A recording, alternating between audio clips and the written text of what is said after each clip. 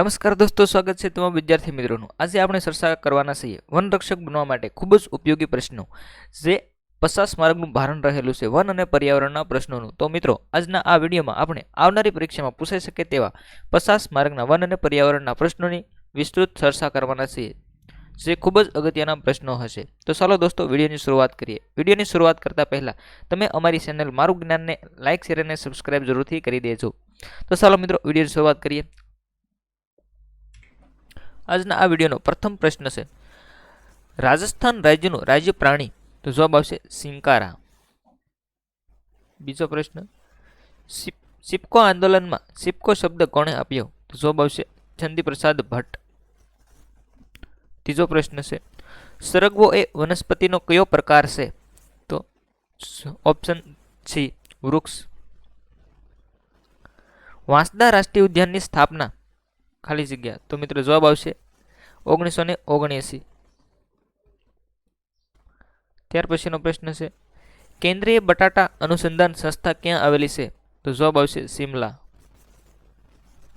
ત્યાર પછીનો પ્રશ્ન છે 6 નંબરનો, પ્રથમ વરસાદ પડતા જ થોડા દિવસમાં ઉગી નીકળતો છોડ કયો? તો જવાબ આવશે મૂસળી।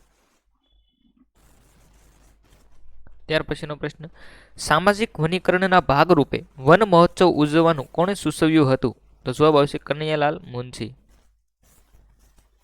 ત્યાર પછીનો પ્રશ્ન છે, બિલાડી દિવસમાં કેટલા કલાક સૂવે છે? તો તેનો જવાબ આવશે 16 કલાક। ખીજડીયા પક્ષી અભયારણ્ય ક્યાં આવેલું છે? જવાબ આવશે જામનગર।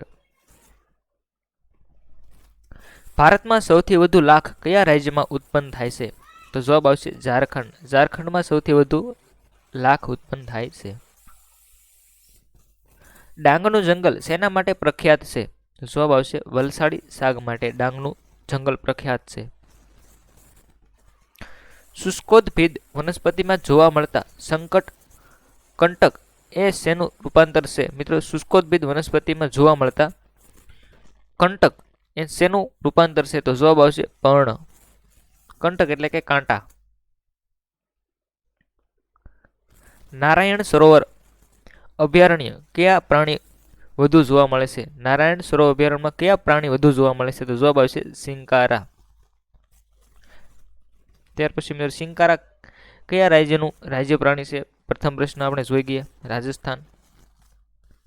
કચ્છવાળા પોષા પ્રાણીઓના શાસ્ત્રને શું કહે છે? તો જવાબ આવશે કોન્કોલોજી।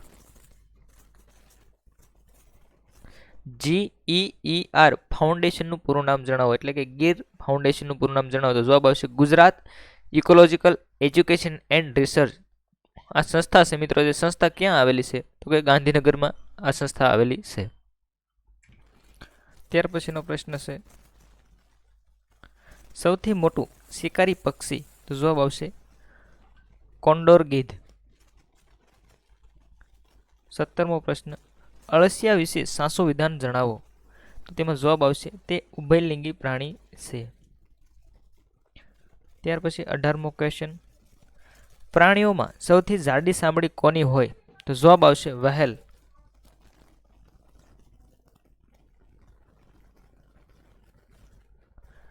કયા દેશમાં સૌથી વધુ પક્ષીઓ વિનાશના આરે છે? તો તેનો જવાબ આવશે મિત્રો ઇન્ડોનેશિયા। વિશ્વમાં સૌથી વધુ જંગલ વિસ્તાર કયો દેશ ધરાવે છે?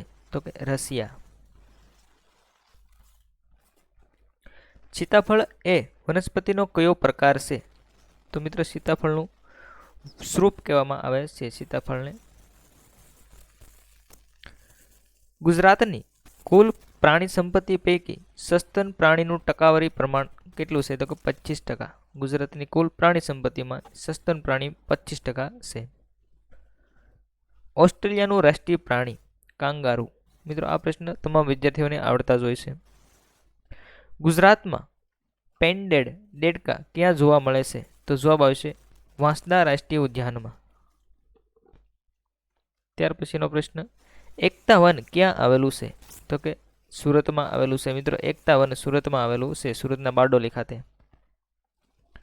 અળસિયાનું ખાતર બનાવતું કેન્દ્ર બાસન કયા જિલ્લામાં આવેલું છે? મોસ્ટ આઈએમપી પ્રશ્ન છે મિત્રો। અળસિયાનું ખાતર બનાવતું કારખાનું બાસન છે, જે ગાંધીનગરમાં આવેલું છે।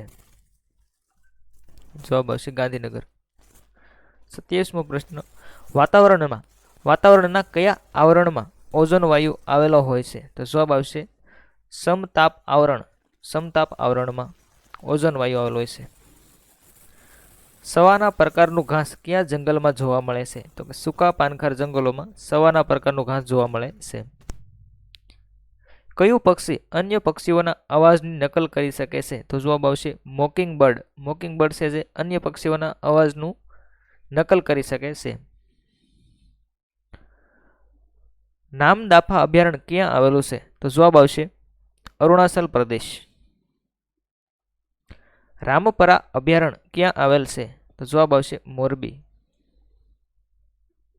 ત્યાર પછીનો પ્રશ્ન છે, ચંદનનું થડ મોટે ભાગે કેવા રંગનું હોય છે? તો જવાબ આવશે કાળું.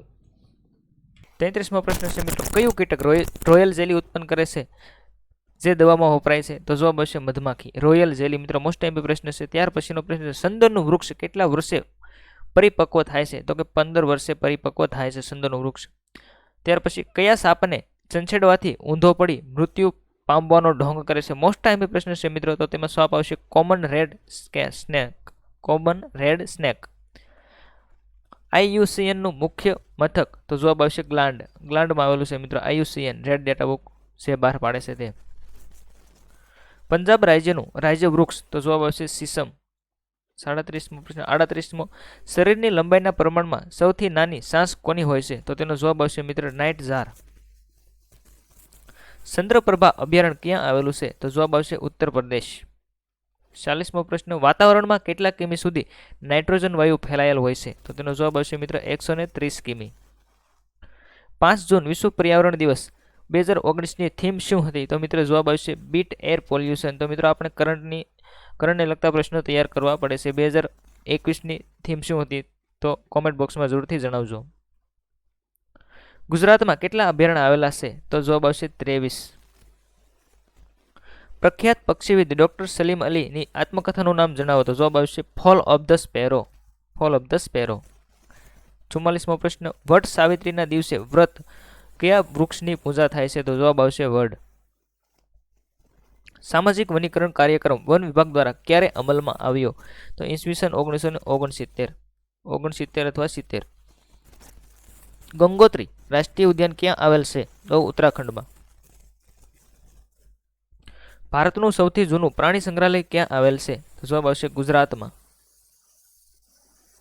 ભૂમિ પરનું બીજા નંબરનું સૌથી મોટું પ્રાણી? જવાબ આવશે એક સિંગી ગેંડો. 49મો પ્રશ્ન, કયા સજીવ ફેફસા ખોલીને શ્વસન કરે છે? તો જવાબ આવશે મિત્ર A અને B, ગોકળગાય અને સ્લગ. ત્યાર પછી આજના આ વિડીયોનો મિત્રો છેલ્લો પ્રશ્ન છે 50મો, સામાસીડિયું કયા વર્ગનું પ્રાણી છે? તો જવાબ આવશે સસ્તન વર્ગનો. થેન્ક યુ મિત્રો, ધન્યવાદ. આજના આ વિડીયો બસ એટલો જ હતો, 50 પ્રશ્નો. હવે આવનારા વિડીયોમાં પાર્ટ 6 તમને જોવા મળશે. તો મિત્રો આજના આ વિડીયો બસ એટલું જ. જય હિન્દ, થેન્ક યુ, ધન્યવાદ.